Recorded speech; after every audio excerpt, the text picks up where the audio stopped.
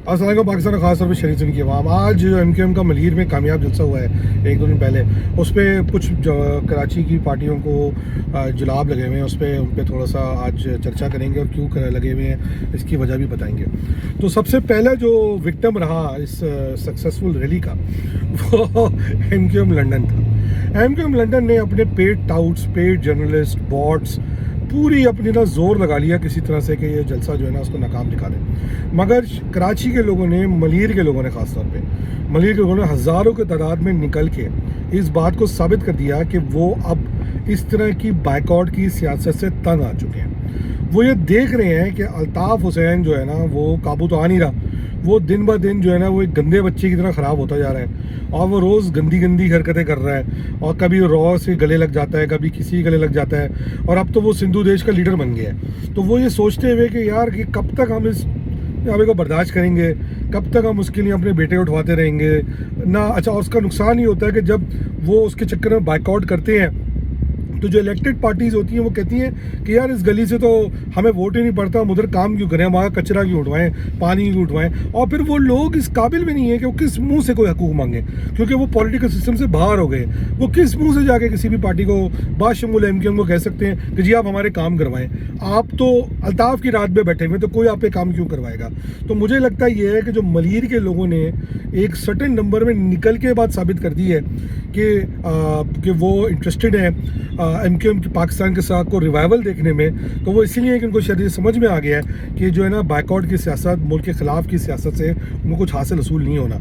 अच्छा, हैरत मुझे कुछ उन जर्नलिस्ट पे हो रही है यूट्यूब के, जो 4 व्यूज़ के लिए आके एनालिसिस ये दे रहे हैं कि जी 18 लाख लोग जो है ना वो रहते हैं आपका मलीर के अंदर, पता नहीं 80 लाख लोग रहते हैं और उसमें से जी सिर्फ कुछ हज़ार लोग निकले। तो भाई इस तरह तो पाकिस्तान के अंदर 25 करोड़ की आबादी है, तो पीटीआई के जलसों में तो 5 लाख लोग आते हैं, 2 लाख लोग आते थे, तो आप ये कहें जी 25 करोड़ क्यों नहीं निकले बार। तो ये तो एक बहुत ही बेमंतक किस्म की उल्लू पट्ठों वाली बातें हैं जो कर रहे हैं बहुत सारे जो हैं जो जर्नलिस्ट हैं, और उन पर अल्लाह रहम ही करे। अच्छा, दूसरी जो सबसे ज़्यादा मिर्चें लगी हुई हैं, सबसे बड़ा विक्टिम जो है वो जमात इस्लामी है। और जमात इस्लामी को पता नहीं कोई गलतफहमी हो गई थी कि कराची उनके साथ आ गया है, शहरी सिंध उनके साथ आ गया है। हालांकि उनको समझ नहीं आना चाहिए कि जब तक कि वो अपनी हार्ड लाइन पॉलिसी जो मुनाफकत है उनकी, के पूरे पाकिस्तान में सिराजुल हक जो है वो पीपल्स पार्टी के दोस्त हैं, कराची में नहीं, और रहमान जो भाई जो है वो पीपल्स पार्टी के दोस्त नहीं है। सही है, कराची के लोग भूले नहीं है ना जमात इस्लामी की सियासत को, कि किस तरह वो टाइगर स्क्वाड, थंडर स्क्वाड, ये स्क्वाड, वो स्क्वाड, वो भूले नहीं है। इनको पता है कि ये किस तरह जो है एक रेडिकल जमात है, और वो नहीं चाहेंगे कराची, शहरी सिंध जो पूरे मुल्क के शहर है वो किसी एक ऐसी जमात के हाथ में चला जाए कि जो बेसिकली जिसको ये कहते हैं ना कि जो इस शहर को रेडिकल स्टेट बना कर दिखा दे। अच्छा, जमात को जब भी मौका मिला 80 की दिहाई के बाद हुकूमत में आने का, चाहे वो नेमतुल्लाह साहब मरूम के दौर में हो या अब वो, तब मिला कि जब एमक्यूएम बैकआउट कर रही है इलेक्शन का। अच्छा, पहले तो हालात कुछ बेहतर थे ना, उनको सोचना चाहिए कि इस दफ़ा तो हालात इतने बुरे हैं कि इतने बड़े वोट बैंक में भी उनको 4, 4.5, 5 लाख से ज़्यादा वोट नहीं पड़ा। हालांकि कराची के अंदर को 90 लाख के करीब रजिस्टर्ड वोटर है। तो ये जमात के लिए एक बहुत बड़ा अलमिया है कि उनको समझना पड़ेगा, सोचना पड़ेगा कि उनकी ऐसी कौन सी मुनाफिकाना पॉलिसीज़ हैं जिसके नतीजे में अभी भी इन हालात में भी, जब 5 साल से एमक्यूएम बैकफुट पे है, तब भी कराची के लोग, शहरी सिंध के लोग उनको भरोसा करने का तैयार नहीं है। इस सूरत हाल में जब उनके मुकाबिल वो जमात थी जिसको पीपल्स पार्टी कहते हैं, जिससे शहरी सिंध के लोग इंतहाई नफरत करते हैं, उसके बावजूद भी उनको 4.5 या 5 लाख से ज़्यादा वोट नहीं पड़ा। ये सोचना चाहिए। तीसरा, जो बिलावल की चीखें निकल रही हैं, तो बिलावल साहब तो ये चाहते थे कि पूरा शहरी सिंध वो अपने काबू में जाए और अमेरिका में उस अपने जो हवारी उनके बैठे हुए हैं, जो उनको ये खैर चूरन दे रहे हैं कि सिंधु देश बन जाएगा, उनको जाके दिखाएं कि जो सिंध कार्ड जो अभी तक इंटैक्ट है। अल्ताफ़ के होते हुए वो सिंध कार्ड पूरा खेल लेते थे उनके अब्बा जी जो है, कि उनको पता था कि अंदर से अल्ताफ़ मिला हुआ है। अल्ताफ़ चुपचाप उनको गारंटियाँ देता था कि हम तुम्हारे साथ हैं, और ज़दारी जा जाके जो थे वो सिंध कार्ड खेल रहे होते थे। मगर अब बिलावल वो सिंध कार्ड दिखा नहीं पा रहा, और उसके बाद समझ में आ गई है कि एमक्यूएम पाकिस्तान के अंदर जो लोग हैं वो सिर्फ पाकिस्तान के साथ सिंसियर है, वो पाकिस्तान के मुद्दे वतन है। वो कुछ सिंधु देश बिंदु देश बनाने के लिए हमारे बाप दादा यहाँ नहीं आए थे। हमारे बाप दादा जो थे वो पाकिस्तान को मुस्तहकम करने के लिए आए थे। ये ज़रूर है कि हम चाहते हैं कि सिंध की जो गरीब अवाम है उसको भी बिल्कुल वैसी हकूक़ मिले जैसे हमें मिलने चाहिए या पूरे पाकिस्तान को मिलने चाहिए। मगर इस वक्त तो ये उनका भी बुरा हाल करके बैठे हुए हैं। तो ये ज़ाहिर बात है कि देखेंगे अगले इलेक्शन में इनको किस तरह जूते पड़ते हैं इंडियन सिंध के अंदर।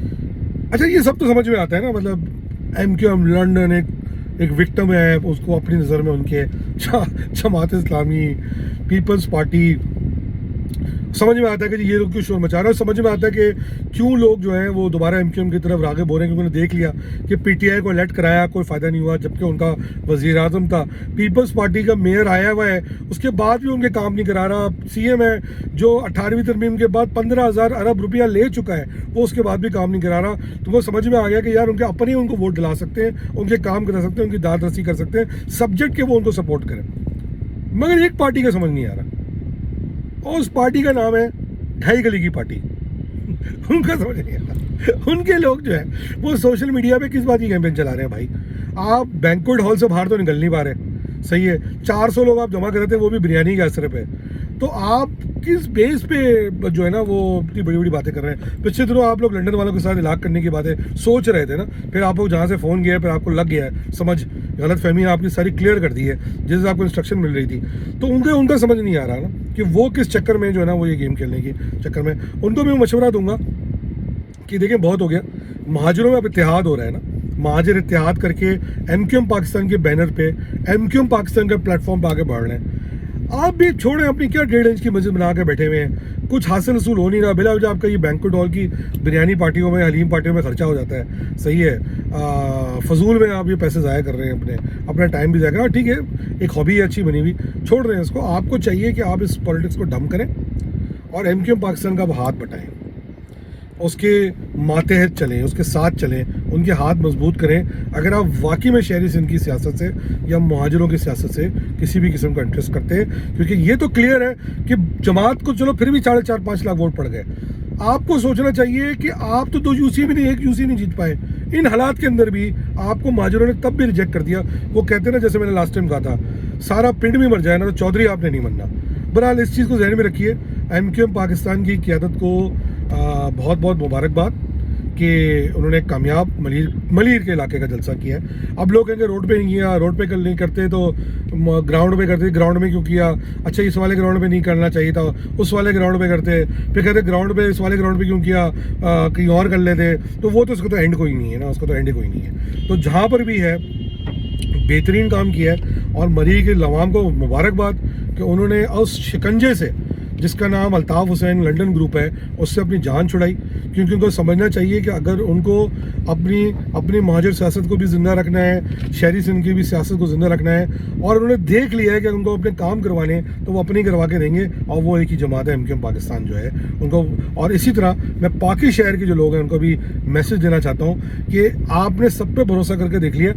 अब ये जो एमक्यूएम में किया था आपके सामने नज़र आ रही है, ना ये मुल्क के ख़िलाफ़ है, ना ये दहशतगर्द है, ना ये संदेश बनाने में इंटरेस्टेड है, ये सिर्फ और सिर्फ पाकिस्तान का इंटरेस्टेड है। और एक बात जो मुझे बहुत अच्छी लग रही है मुस्तफा भाई की टीम की एमक्यूएम पाकिस्तान के अंदर आने के बाद, कि पहले एमक्यूएम का मेवर अल्ताफ़ हुसैन होता था। अब अगर आप उनकी स्पीचेस सुने तो 2 चीज़ें बस मुझे समझ में आती हैं। एक, उनकी तकरीरों का मेवर अल्लाह ताला की खुशनुदी है, और दूसरा कौम की बेहतरी है, शहर की बेहतरी है। उसमें अपनी ज़ात का अंसर कहीं नज़र नहीं आ रहा। पहले MQM was just about Altaf Hussain. तो इसी को सोचिए, इसी को समझिए, और ये बात समझिए कि अब बेहतर वक्त के लिए आपको सियासी एक्टिविटी करनी पड़ेगी, और वो उन लोगों को नहीं इजाज़त दी जा सकती पाकिस्तान के अंदर सियासी एक्टिविटी करने के लिए जो मुल्क तोड़ने के जो है ना रास्ते पे लगे हुए हैं। उनका चैप्टर क्लोज हो चुका है। आपने 9 जुलाई के बाद देख लिया है, जिस तरह के चित्र पड़े हैं वो आज भी लाल हुए हैं। पाकिस्तान जिंदाबाद, जे महाजर। दानिश काजी को इजाज़त दीजिए। अल्लाह हाफ़िज़।